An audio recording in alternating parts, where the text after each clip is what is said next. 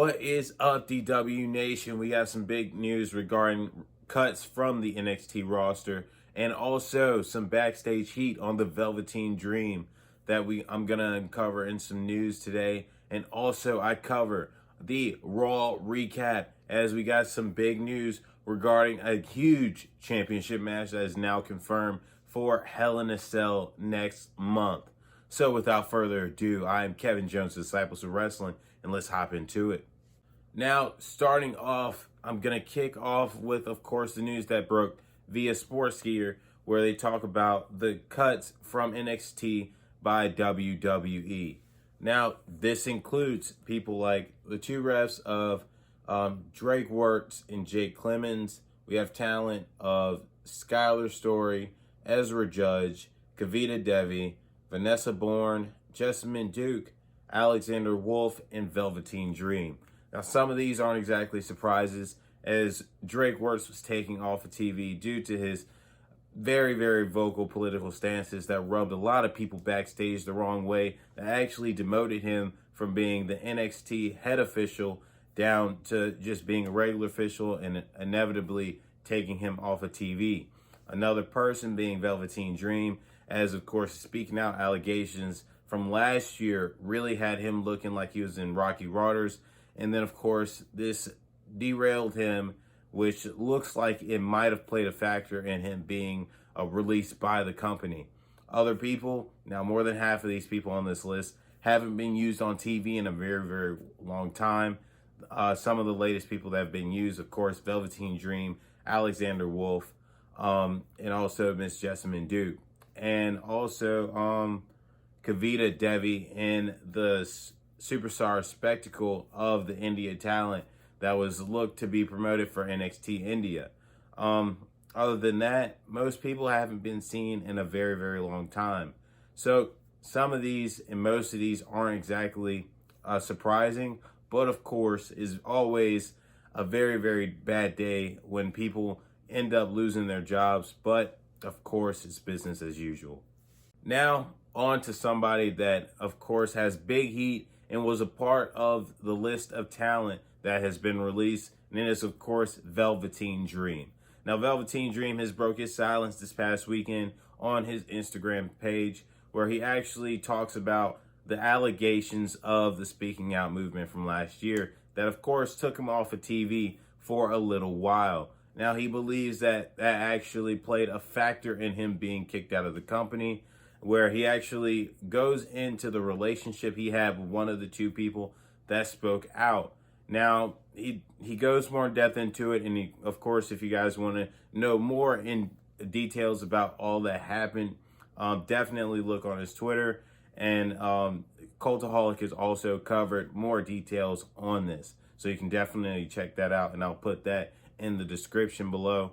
But here's what actually been said from Velveteen when he actually talked in about these allegations. He says that he did not want to cover these earlier, so when they first came out, because of course he wanted to protect the Velveteen Dream character. He says he takes it very, very serious, and he didn't want to endanger that character at all to the slightest, as he's very passionate about keeping the character protected at all times.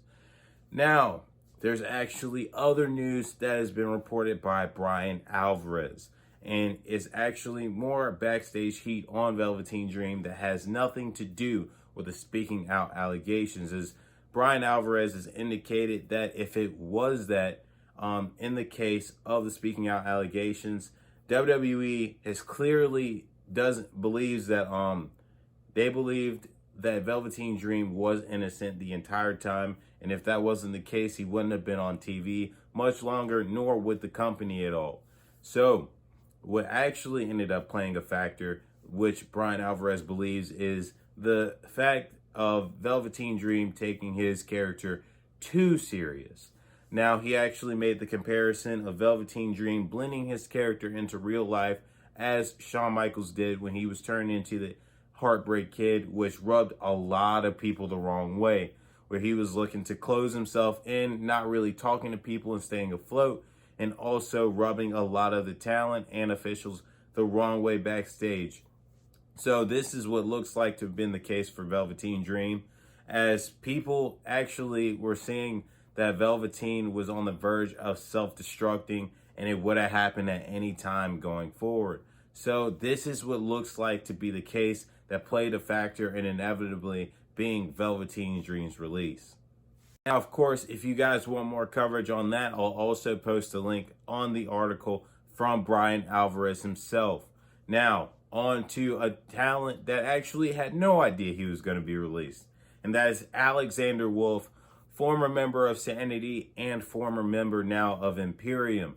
So when he was actually told about what was going on with him being booted out of Imperium, as of course he was written off of TV last week, where he was actually kicked out of Imperium by the other two members.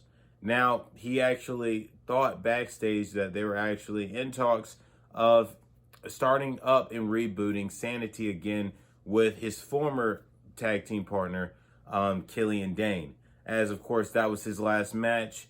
He also thought that this might have also started up possibly an Imperium Civil War, where this would have saw Walter coming back over to NXT from NXT UK to straighten out their heads and to clear their minds to get back on the same page. Now, of course, this wasn't the case, as this was actually to set up his exit from the company. And Alexander Wolf has flat out said that it's okay, and he was actually happy with the way he went out, as of course he got to wrestle his best friend in Killian Dane and was actually taken out by his best friends of Imperium, and he got sent off his way, which is actually one of the happiest moments for Alexander Wolf. But now it is time for me to hop into the Raw recap.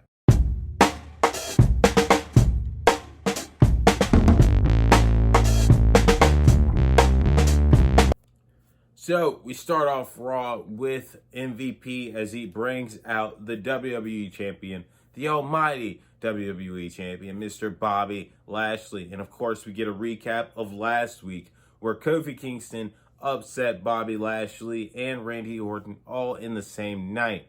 And of course, we get, while MVP and Bobby Lashley are cutting their promo, we get the interruption of Drew McIntyre and, in time, Kofi Kingston, as of course they both remind Bobby of what happened last week. And even seeing Drew take a dig at Kofi, where he says that you pretty much couldn't have done it without me. Now, of course, this ruffled the feathers of Kofi Kingston, and this ultimately brought out Adam Pearce, where he made the match of Kofi versus Drew McIntyre, and the winner will be wrestling Bobby Lashley at Hell in a Cell. Now, these two come back after commercial break, and they have a heck of a match. It was great. We actually saw Drew McIntyre take a lot of the control in the match, but we saw Kofi get in some nice offense late on to keep himself in the match. He even takes everyone outside of the ring and hits a nice trust fall dive from the top rope onto everyone. This is Drew McIntyre, MVP, and Bobby Lashley. Now when he brings Drew in to keep the momentum going, we actually see MVP and Bobby Lashley get involved and take out Kofi Kingston, Drew McIntyre, and Xavier Woods. Now this plays a factor into the show later on, where we see Adam Pearce bring in Kofi Kingston and Drew McIntyre, and he lets them know that there will be a match next week where it will be a rematch between the two to determine who's going to be wrestling Bobby Lashley at Hell in a Cell. And he talks to Bobby Lashley and MVP later on, where he flat out says if they get involved again, they will be suspended inevitably without pay for 90 days. Next up, we go backstage from earlier in the day, where we see Rhea Ripley and Charlotte have an interaction. Of course, they're disagreeing, where Rhea's talking smack to Charlotte about her misfortunes at WrestleMania Backlash, really talking about how she just doesn't have the best of luck, and she doesn't believe that Charlotte can beat Rhea Ripley, nor deserves another match. And of course, Nikki Cross comes over, and she steps up to the challenge. And of course, Miss Rhea Ripley is confident as ever. Charlotte's like, hey, how about you be the one to beat Nikki Cross in 2 minutes? So we get the match, Rhea Ripley versus Nikki Cross, with a 2-minute timer. Now these two start off, and Nikki Cross starts off with the offense, and she's chewing up the time, and she chewed up about a minute and a half. And then, of course, Rhea Ripley snaps, and she ends up just taking it to Nikki Cross and gives her the work. Now, while she's in the middle of doing this, the time runs out. The clock is ended, the 2 minutes is done, and Nikki Cross ultimately gets the win. Now, this brings out Charlotte Flair as we get Charlotte versus Asuka. So, the match starts, and it is a very, very good match, as we actually see Charlotte take most of the match as she ends up taking Asuka to the outside of the ring, and she slams Asuka's left knee onto the steel stairs, and she works over this for most of the match, and actually almost the entire match. But Asuka keeps herself in it as she hits nice high impact moves on the outside of the ring and inside. But what ends up happening is Asuka goes for the Asuka lock, and this ends up getting reversed as Charlotte rolls over to the top where Asuka's shoulders are and gets a pinfall victory over Asuka. Now we see later on in the show that it is now confirmed that at Hell in a Cell, we will see the Raw Women's Championship be defended as Rhea Ripley goes up against Charlotte. Now our next match is the match between Cedric Alexander and Shelton Benjamin. Of course, we get another video package in the recap of this feud, breaking it down from when they were a tag team and tag team champions in the Hurt Business to their inevitable split up between the two. Now Cedric Alexander comes out and calls Shelton Benjamin washed up and calls him the weakest link in the Hurt Business. And as the match starts, Shelton's giving him the work because he's heated. He's tired of being called too old to wrestle anymore. And as he goes for his patented T-bone suplex, we actually see Cedric Alexander reverse it and get in some offense to take control, all up until he starts kicking Shelton in the face, and taunting them all to work up Shelton again, where he inevitably starts to take control of the match again. But we see Cedric hit a well-placed thumb to the eye and hit the neuralizer for a pinfall victory over Shelton Benjamin.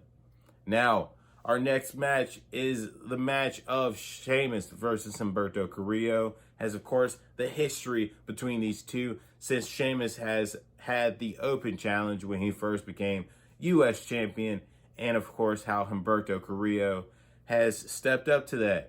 And he got knocked down a few times, unfortunately for him.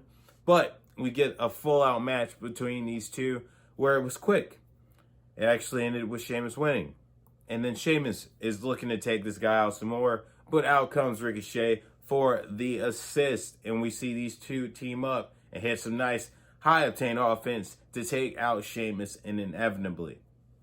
Now after this, we get Matt Riddle versus Xavier Woods. Now we get the build-up from when they had their nice 8-man tag team match with RK Bro and the New Day as tag partners, and Randy Orton, RKO, and the New Day. And then, of course, last week when we get the unapologetic Randy Orton, and he goes up against Kofi Kingston, and Kofi gets the surprise roll-up where he knocks off Randy Orton. And this brought Matt Riddle in to be triggered and pushed down Xavier Woods in frustration. And now this led up to this match. And this match was amazing, actually. These guys had a nice blend of collegiate style and pro style of wrestling. And these two just had a phenomenal match where Xavier Woods had a heck of a showing. Now what ended up happening was a surprisingly out of nowhere, pun intended, RKO from Matt Riddle that ends up getting Matt Riddle the win. So our next match, it is Jackson Ryker versus AJ Styles. We get a build-up video package between the two where we actually see that this match actually happened because of the interference of Jackson Ryker in the AJ Styles and Elias match from last week. Now we get this match, and it was a very short match, as Elias is the one that interferes for Jackson Ryker for him to get the victory over AJ Styles. Now Elias goes to hide behind the barricade in the Timekeeper's area, and out comes Omos, who ends up finding Elias, throwing him over top of the barricade, and these two of Ryker and Elias go to retreat, but Omos meets them up on the stage, and he tosses Elias onto the LED boards where they end up exploding and haywiring, as of course the power of Omos was too much for Elias, and he left him laying on the stage. Now we get our main event, and it is the rematch for the WWE Women's Tag Team Championships, and it is Tamina and Natalya defending their belts against Jax and Baszler. Of course, with Reginald. Yeah, he's still around. Now, this was a very, very even match. Of course, as the submission specialist of Shayna Baszler and Natalya matched off. And, of course, the power of the two teams of Tamina and Nia Jax matched off. Now, of course, this inevitably, Reginald ends up playing a role in this as he goes to distract the ref for Shayna Baszler to possibly take advantage of this and get the control of the match again. But what ends up happening is we actually see Shayna Baszler reverse the inside cradle of Natalya to get the pinfall, but the ref cannot take the count because, of course, he is still distracted by Reggie.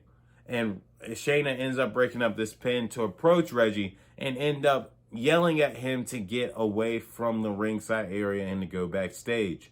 Now, out of nowhere, we see pyro explode and it blinds Reggie on the stage area, and we see that Shayna Baszler is distracted by this, which ends up playing a role in them getting pinned, to where we see Natalya and Tamina end up retaining their tag team championships.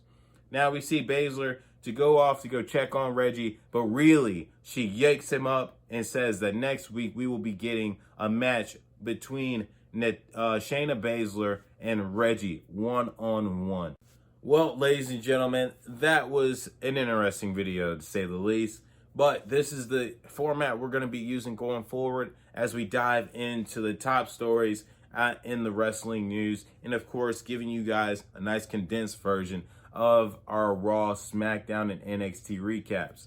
Now, we're still going to be doing AEW recaps. They'll be just done in a more elaborate version, which will be a new style we'll be doing where two people will be covering the AEW week-to-week recaps. And we'll be starting that this week, actually, where me and Jordan will be diving in to our recap of Dynamite. Now, of course, this was a great video of this past week's Raw recap, where it was a great Raw that ended up with a very interesting ending after the main event match of the Tag Team Championships. And then, of course, we had big news regarding the NXT releases, and hopefully you guys liked it. Hopefully you guys do, and definitely let us know in the comment section if you like this new format. But until next time, I'm Kevin Jones, Disciples of Wrestling, and that was wrestling.